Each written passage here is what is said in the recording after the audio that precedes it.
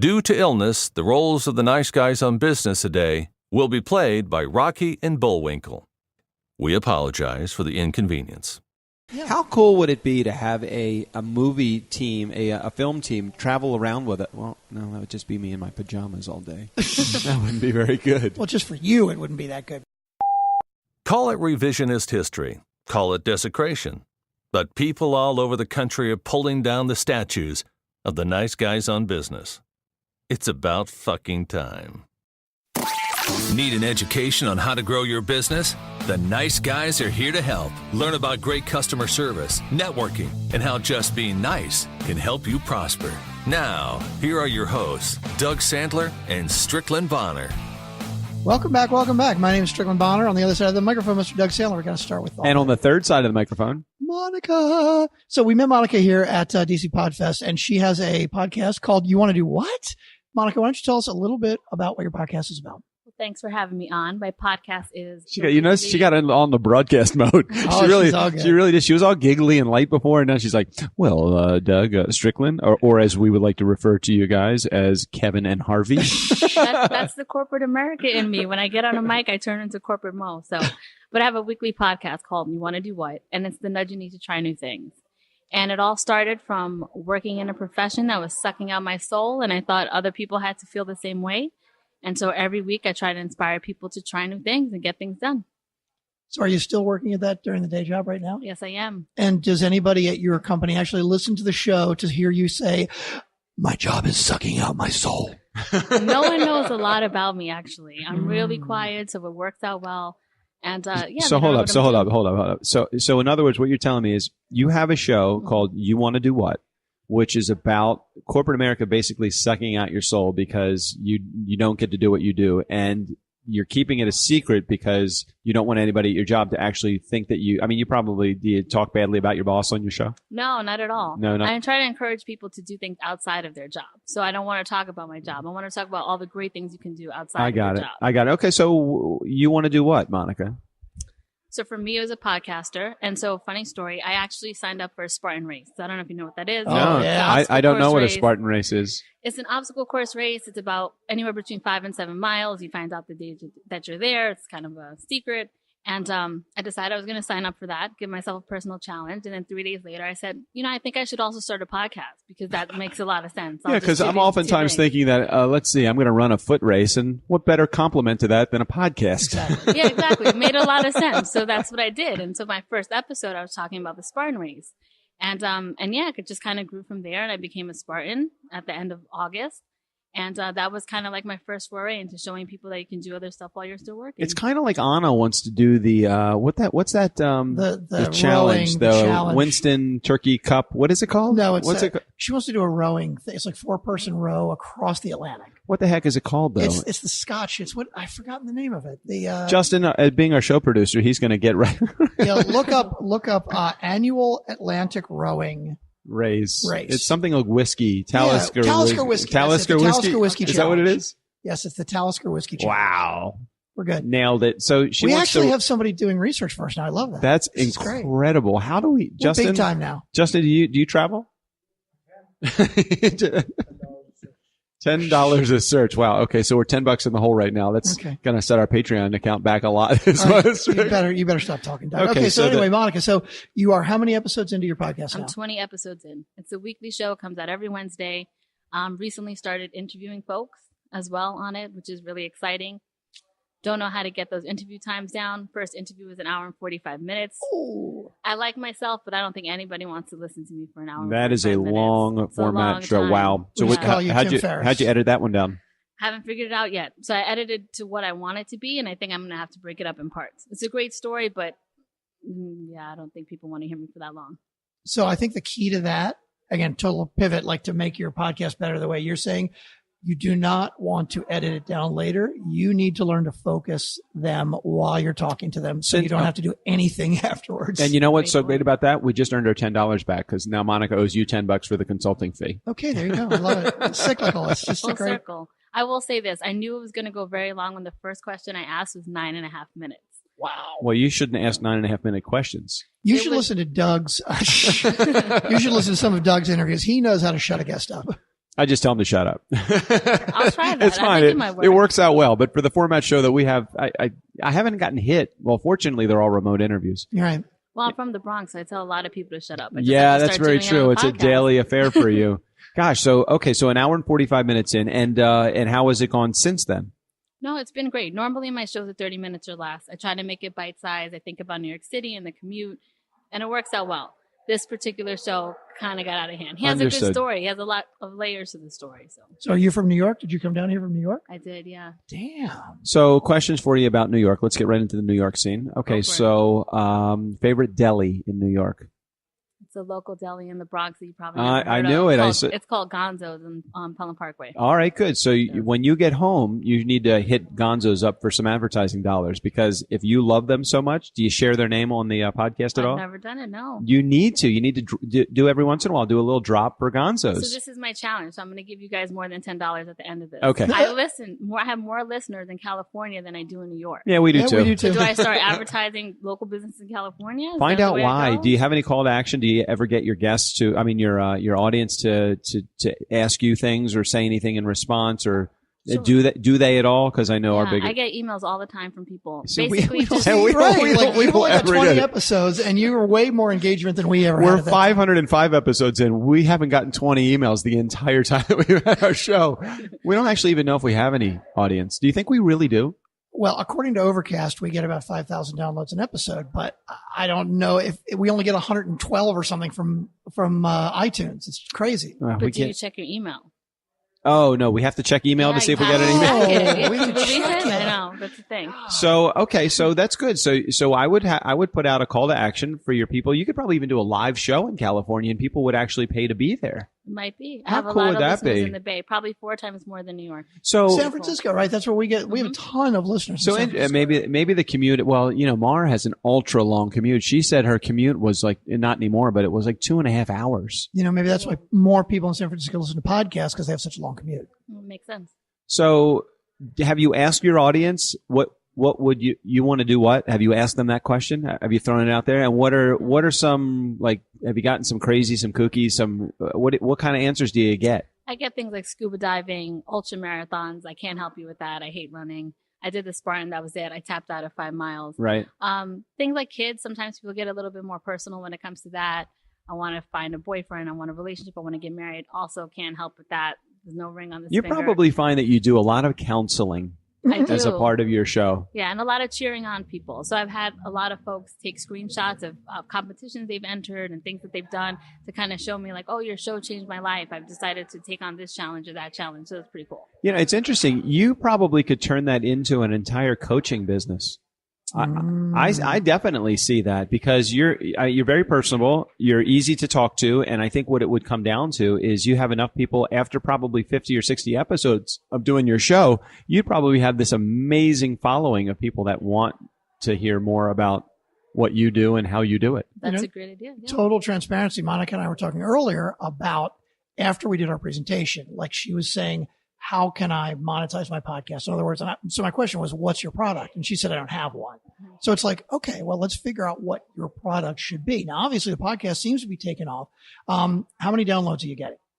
On average, like 1,500. 1,500 per episode? That's awesome. Again, for way- 20 episodes, and way beyond Oh, where yeah. most podcasts are, even years into doing it. We have Yeah. podcasts that we've taken on as clients that have 200 downloads a year, an episode, after a year of doing their episodes. Yeah. Wow. And it So- sounds like you've got a really engaged audience. And it seems like you really enjoy doing this, I right? do. I love it. So think about that. I think Doug is onto something. Like, okay, what kind of coaching could you start doing that would engage these listeners? These type of people that how can you help? Everything about a business is, I'm solving a problem for somebody. Okay, well, what problem could you solve really well for some of these people? Maybe that could be your I think business. just the title of the podcast alone leads you into, you want to do what? Coaching. Right.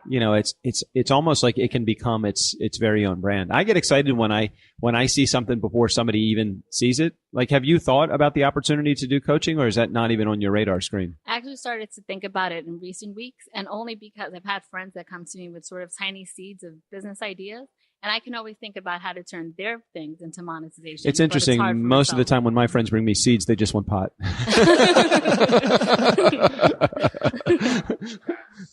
Podcasts.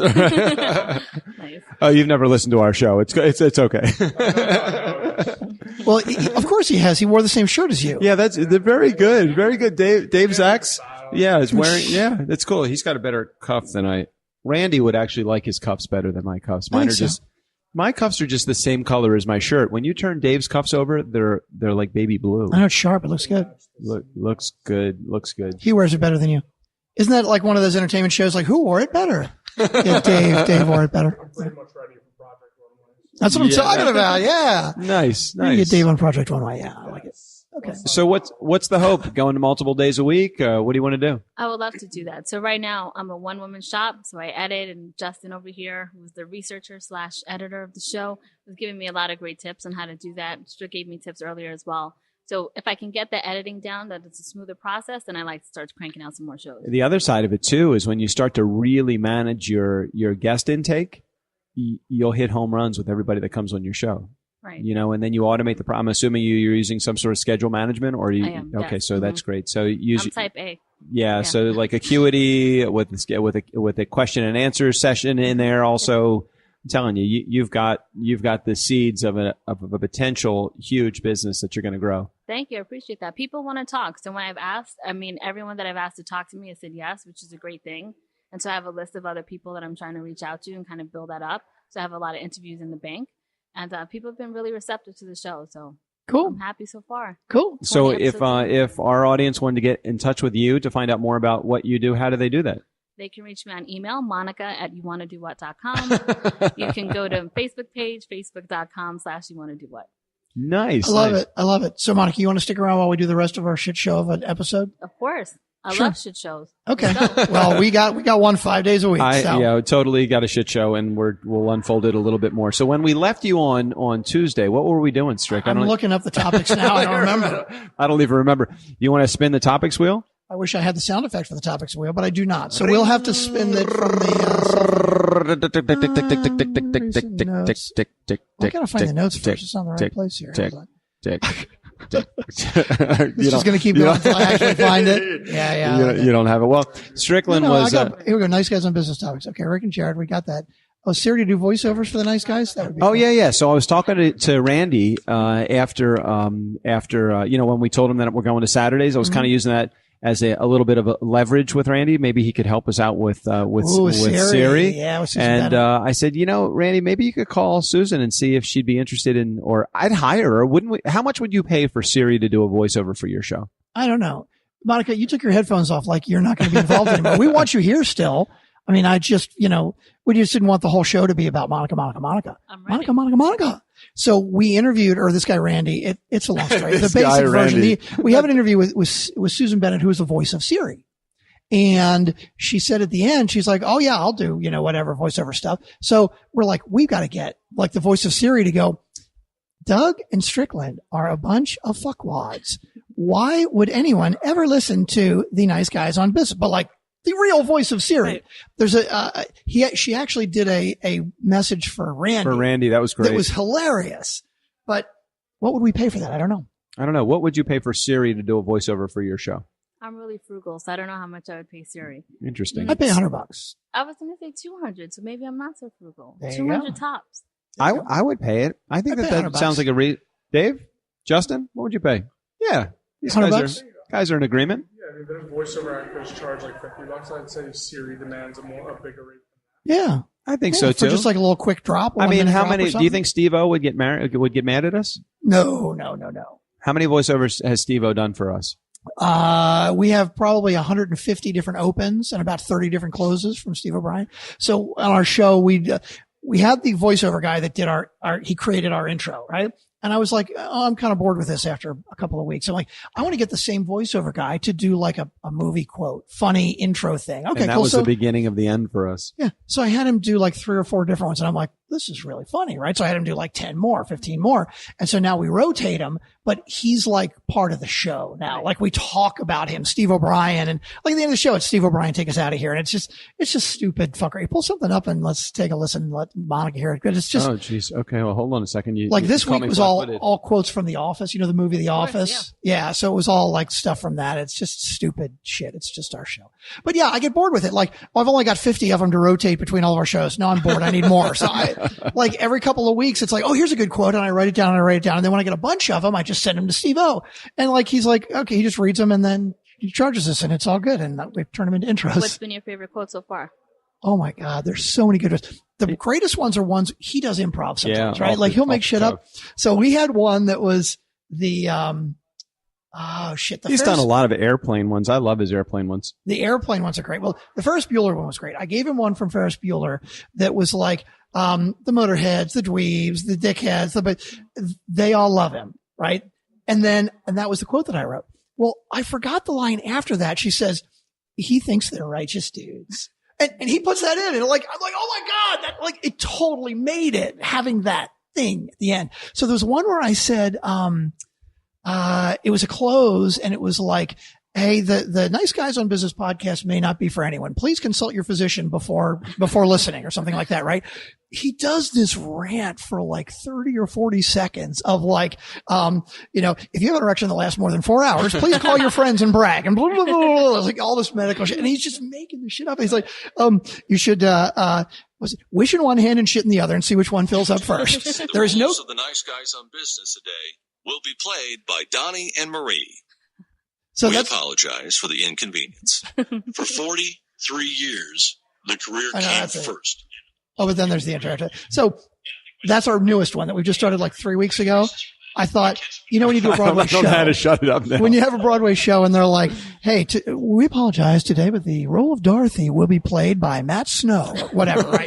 And like, I thought it would be really funny, right? So I gave him like 3 or 4 of like the parts of the Nice Guys will be played by. I put it on our Facebook group and everybody was like, oh my God, you got to do Donnie and Marie and Siegfried and Roy and Penn and Teller and all this other crap, right? So I'm like, oh, well, now it's every day we're doing it because there were so many good ones. So every show for the last 2 weeks and everyone now is going to open up with, we apologize. The parts of the roles of the Nice Guys today will be played by Rocky and Bullwinkle. I think today's was Senator McCain and Carrot Top. Right. Nice. Senator John McCain. Good. Kim Kardashian and a chimpanzee. Stupid shit like that. So that's what we've done. And we just we've worked him in. He's a character on the show, basically. Nice. Do the audience, they all participate? We let anybody on the show that wants to come on the show. I mean, from our audience, our guests, very challenging to get on our show. As a guest, it's very hard. If you tell me you're a part of our community, we call them our Funkin' fans. If you're one of our Funkin' fans, just call. Tell us when you want to come on. We'll put you on the air. You want to be a guest on the show? Fuck no. Yeah. Sorry, we're booked through February right now. You got to listen to the show. You got to do a 5-star review. You got to take a screenshot of the 5-star review to prove to Doug that you actually did the 5-star review. Not a polygraph? Strick, I think this is a really good, we're on to something. We are on to something. I like this. All right. So what else we got going on here down in DC? We want to wrap up the episode. How far into it are we? Justin, do you know how long we're into the episode? Holy shit. That would be like a world record for short episodes. Now, The Messengers podcast documentary, Growth of an Industry.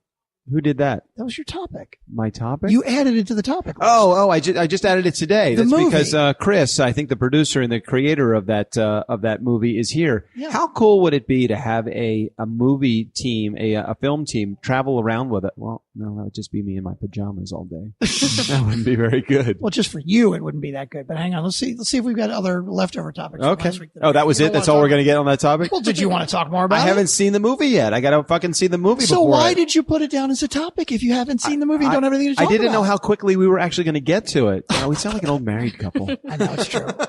Let's see. Think with John Doskin. Nah, that's not good. Doug's mom loves to send him pictures of his youth. Yeah, so I would say once, maybe every 3 or 4 months, my mom, God bless her soul, she's in her 80s. Strick will probably edit that out. She'll send me a picture of like when I'm 2 years old and holding like a red ball under my arm. And she always like, look how cute you are. I just want to kiss on those lips, or whatever she would. I'm like, Ma, why you send me those photos? It's like one at a time. She's clearing out the photo albums. It's like she's nesting for moving on to the afterlife or something. I'm not really sure. Why is she sending me these pictures? I love getting them. They're cute, but it's like they're meant for that album that's in her house. I don't know. Did you take any pictures of you in your youth? Yeah. Or did your parents Sounds not? like a depressing topic. Right? I just put it on. I just put it on the sheet. It's from last week. It's a holdover topic. Maybe there was some emotion that was happening that last week. You know what? It was the 20th anniversary of my dad's passing. Maybe that's what it was. 21st, actually. Something like that. All right, so how are we going to get away from the serious shit? Because this is just not what we want for our podcast. It's not what our listeners want. Strick, it's very challenging. We didn't write down any topics. I'm not in my pajamas.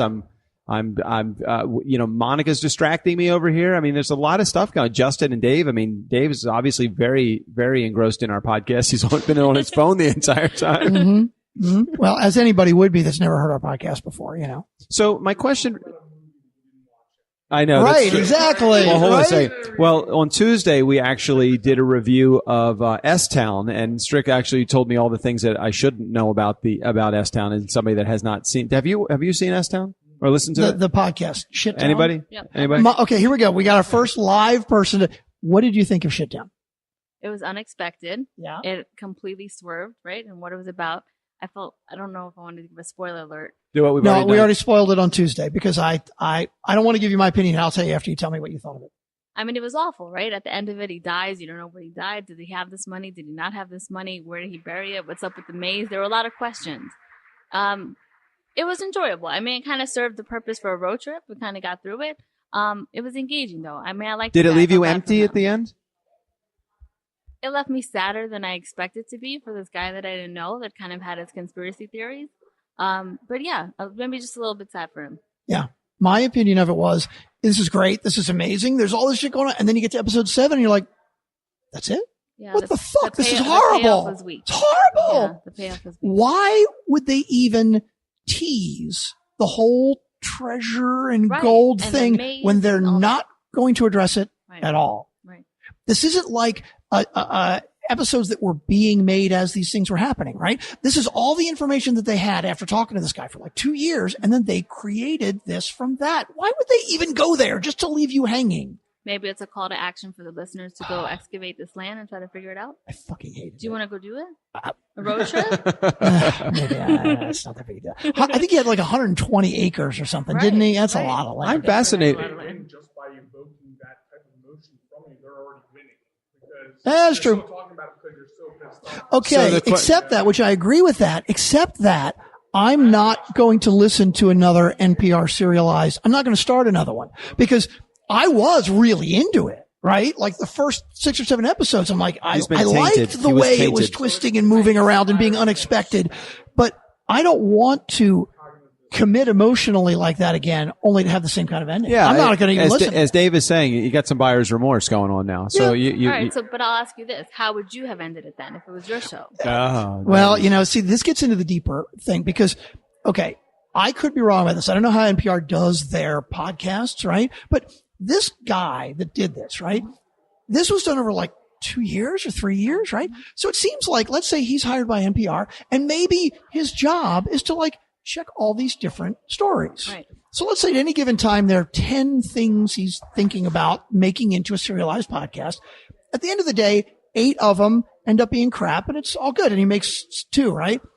I guess my thing would be, why did you pick this one without an ending? Right. And if you say, you know what? He thought the guy was really interesting and he thought the story was interesting.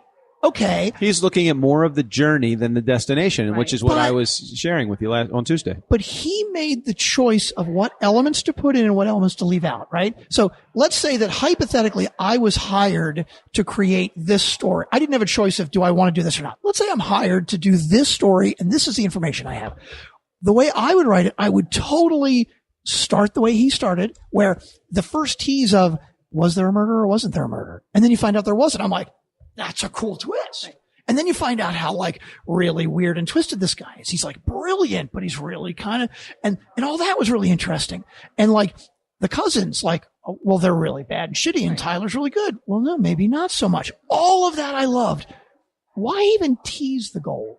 Right? Like, cause he did it a lot throughout, right? And then at the end of it, I felt like it's like we're building. And then in the last half of the last episode, you're like, well, ultimately, he was a closeted gay man who couldn't find love. And the reason he killed himself, he used to be a really nice guy, but he was doing the Mercury Gold thing, and that drove him crazy. I'm like, that's a simple, stupid, I mean, that's the reality, right? Simple, stupid ending, but that's how it actually happened. So you can't really say that. But like, I guess I'll hypothesize by saying this. If you talk about the clocks and how he was, 1 in a million of that people was do that, very interesting. earns all this money, the natural question of the audience is going to be, well, what did he do with this money? Because he lived in a very humble house. Right. So somehow you have to kind of connect that. But then why would the family have wanted to come up from Florida? They didn't really care about this land. So I think he kind of needed the bridge. And he talked about the money, but there wasn't a payoff. I mean, yeah. Here's what I think. I think you've alienated 98% of our audience that doesn't listen to Serial Probably true. or S-Town, or it's called Shit-Town. Is that what it's Shit-Town, actually called? Why do they call it that?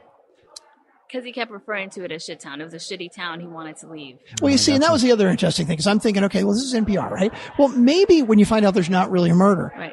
maybe the direction they're going is that this town really is really backwards and really twisted, and there's some really bad social things going on, and we're going to uncover it.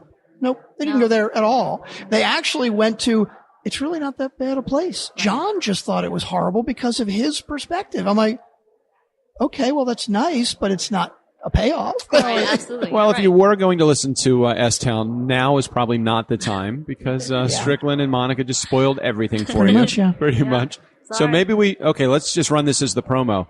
If you're about to listen to S-Town, don't listen to this episode. If you've already listened to it, stay tuned, because we have a whole bunch of spoilers that are going to happen. I have no idea what the fuck these guys are even talking about on this show.